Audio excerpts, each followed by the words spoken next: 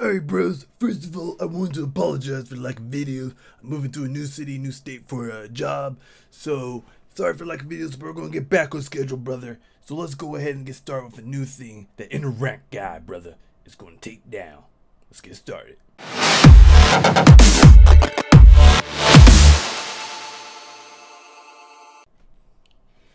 Alright, now we got that introduction out of the way. Let's talk about something that's really becoming a really big thing, and that is early access esports. Now, I already talked about in the previous video that I don't like early access games and how they're ruining the Steam community. They're absolutely destroying it. It's becoming too big of a trend and it needs to stop. Now they've gone way too far, brother. Way too far. And I'm looking at H1Z1 and pubs for this one, brother. Because they are the main offenders of this. They are the cream of the offenders. So, H1Z1, as we know, is still early access. It looks like an early access game. It feels like an early access game. I mean, for $20, it better be early access, because anything more is absolutely ridiculous. And that where pubs come in for $30, no dice, brother, no dice. So pubs came out of nowhere. It was a closed beta for a while, and then it just blew up, brother. It blew up out of nowhere, and it's like the #2 game on Twitch right now. So they just had a tourney a couple weeks ago. But let me tell you something.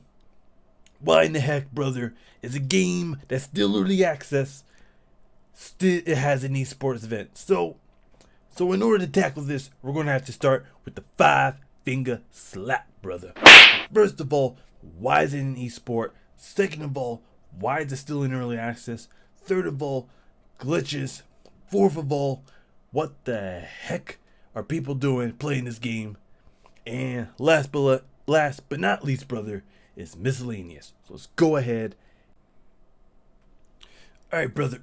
So, first of the 5-finger slap is, why is this game an esport? So let me tell you, brother, this game is kind of fun. You know, you go around, you shoot some people, you have a good time, you get some guns. You know, it's all about the American dream. You know, this game tackles the American dream pretty darn well. However, I think this game is way too early to start as an esport. However, it's all about the money. You see it blowing up on Twitch, so why not just go ahead and cash in on the esports scene? Why not have small little tourneys here left and right?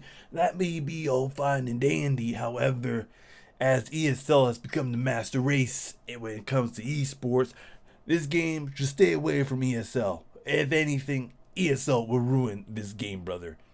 Now, that's just a personal opinion. It may not be a popular opinion. However, this game is too early to be an esport. And I don't want this to be a trend. I don't want early access games becoming an esport. That is absolutely terrible, brother. You got a half-ass game becoming an esport, then everyone can have an esport. I could have an esport. I'm going to create WrestleMania 59. I don't care if it's already invented. I'm going to just create it again. But it's going to be in early access. I'm going to have like two sticks wrestling each other, and it'll be weird, but it'll be an esport, and the winner will get like $5,000.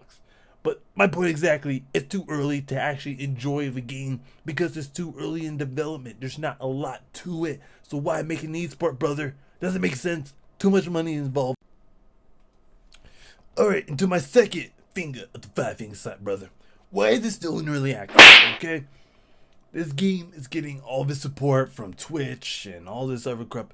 It's getting a lot of exposure relatively quickly. I've never seen an early access game just blow up like that, brother. But it did. So why is it still in early access? Well, it was just a closed beta earlier this year. Now it's open to the public. But yet, here's a couple things that pubs does better than H1Z1. Both are still early access. However, H1Z1 was the dominator. It was the ultimate game when it comes to battle arena with shooting people. Pew pew. However, pubs came in and just took it over, brother. You saw 40,000 viewers on Twitch for H1Z1. However, now you only see a ravage of 13,000, and you see pubs at 56,000, 100,000. It topped at 100,000. It was almost beating League of Legends, the #1 esport of the world at this time. And let me tell you, you can't just easily just topple up from the number one just like that. So what is this game that's doing better than H1Z1? Which, let's go ahead and talk about that. Pubs as a whole is the same game as H1Z1. You're in the same, not even a different type of environment, brother. It's the same type of environment. You got your solo, you got your duos, you got your squads. You know, you just fly in and you parachute in, just like an H1Z1. But you can choose where you get the parachute. So that's one of the main differences. You're on the jet and it flies over the land, and then you just dive on in. Unlike an H1Z1 where it just throws you somewhere. So you can't strategically place yourself in different areas of the map. Both have gas components. However, Pubs is blue, but H1Z1's green. Blue, green. I like blue better than green. Both have gas that shrinks the area, so you're increasing your chances of finding people who are hiding behind a tree just to snipe you in the back of the head. H1Z1, as to my knowledge, in its current form, does not have any single attachments. Pubs has attachments. However, Pubs is very reliant on its attachments, especially in the late game. I find myself needing a 4 times or 8 times scope in order to compete with people who are far off in the distance, because the draw distance in both games are absolutely terrible. It's atrocious. And Pubs can kind of get away with it because it has attachments in the game. However, when you actually need to find attachments, they seem to be nowhere to be found, brother. Next point within this one finger is the fact that you can find cars a lot easier in Pubs than you can in H1Z1.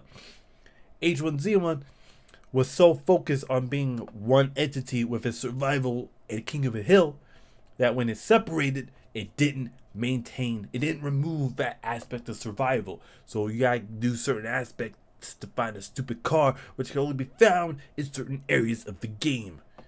Pubs, you can just jump in the car and you just go driving through the fields. Unlike in H1Z1, where you're kind of just screwed over. So, this is the last thing, in-game currency. There is some in-game currency in Pubs. I expect crates, the dreaded crate system, to plague this game like it does H1Z1. That's enough about crates, brother. I'm going to have a hernia if I talk about crates. So let's go ahead and move on to the third finger of the 5-finger slap. Alright, ladies and gentlemen, the third finger of the 5-finger slap is the fact that there's so many glitches in this game, it tears my brain apart, brother. How do you have so many glitches in this game? Like, for an early access game, alright, we're gonna have some glitches. It's gonna be beta. It's fine. Beta is pretty close to completion. There's still some differences between completed and beta, hopefully. However, this feels like a pre-alpha game with the amount of glitches that we have. Holy crap, these things. The way that they're randomly generating their items, such as the scopes, the guns, the ping pills, the Red Bull. Oh, I'm sorry, I can't say Red Bull. Energy drink that looks like a Red Bull can. The way it's generated throughout the map, it's in between stuff, it's in walls, it's everywhere. It doesn't make sense. It makes it hard to get stuff. You gotta hit F just to open the door vest to get the stuff because it's in between the door or in the door. It doesn't make sense, brother. It makes my brain hurt. That type of glitch. Gun glitching. You're shooting at a mofo, but the hit detection is like, nope, you didn't hit him. Lag. In-game FPS, just overall lag. The game is not optimized for PC, so you're lowering in PC players because, first of all, not everyone can have themselves a 2 Titan X i7 RAM gigabyte 2 terabyte SSID looking mofo computer. They can only afford the crappy little Mac computer that can only run 20 FPS, so they're running Windows on it because it's only on Windows, brother. It's not on Mac. And this game is just not optimized. Even for mid-range, you're going to see a massive FPS drops. You can't even watch your anime while you're playing Pubs because the game decides, I want to take away all your darn CPU power, and as well, I'm going to take away your GPU power. So you can't even watch anime and enjoy your Pubs, brother. That does not sit well with me, brother. So fix your damn coding. Stop random generating of crap all over the place. Get it all cleaned up. You know, have some more centralized gameplay. Fix your damn hit detection, and also make it so that you go run 5 feet and then get ran over by a car. Brother, that's absolutely ridiculous. But let's go ahead and move on to the 4th finger, the 5 finger slap. Finger slap. What the heck are you people doing buying this game? First of all, I'm not an advocate of early access games. However, I did buy this game because friends was like, oh, King Shaka, it's all early access. So, you know, as soon as I saw that man Rant guy came out, I'm like, I'm not supporting this early access game, brother. But I'll do it for you. I'll only do it for people. So I did it for the people. And the culture is we're supporting too many early access games. Steam needs to put a flipping foot on the neck of all these early access games and stop it. Just stop it. You don't see this crap on console, which is why it takes 8 years for a game to come out on console, because there's too many damn fees on console. So if you want to stop the early access games, we gotta start implementing fees on the damn PC, on the Steam store. Not people gonna like it. However, we now have more complete products. You don't see this on Uplay, you don't see this on Origin, so why in the heck should we see this on Steam, the #1 provider of PC games, brother? You're a little better than that, Steam. So, do I recommend buying this game at full price? Hell to the no. Do not buy this game at full price because you're wasting your money. This game is $30. You might as well buy H1Z1 for $20 because you save yourself $10 to get yourself some chicken nuggets and some Szechuan sauce. That's right, I didn't forget about the Szechuan sauce, brother, from McDonald's. So, until McDonald's come out with that Szechuan sauce, until this game is on Steam sale, I don't recommend buying this game at full price. You're not going to enjoy it, especially if you don't have a higher end PC, which a lot of you don't. So you're going to see FPS loss. Even with the higher end PC, you're going to have darn FPS loss because this damn netcode is terrible. But let's go ahead and head to the 5th point of the 5 finger slap, and that is miscellaneous. Alright, brother, so overall, I give this game like a 4 out of 10. 2 thumbs down, 1 thumb down, and other thumb sideways. Because the game is early access, it's way too expensive. $3 for a non-optimized game. Some crosshair. It's not good enough. It does do some things well, brother, but it just doesn't sit well on my stomach, brother. It makes me have diarrhea dookie. I don't appreciate that at all. This game shouldn't be an esport. This game needs a lot more fleshed out. This game's going to be in early access for at least 20 years. So let's be real here. Let's stop joking around, because it takes 8 years, on the average, 6 to 8 years to develop a good game.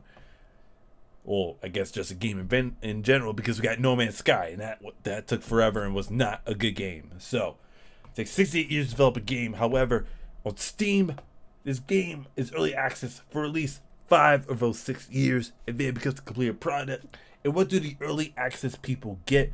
Nothing. They don't get a damn thing. They play the beta. They don't get you get a full version of the game that you already played for 5 years.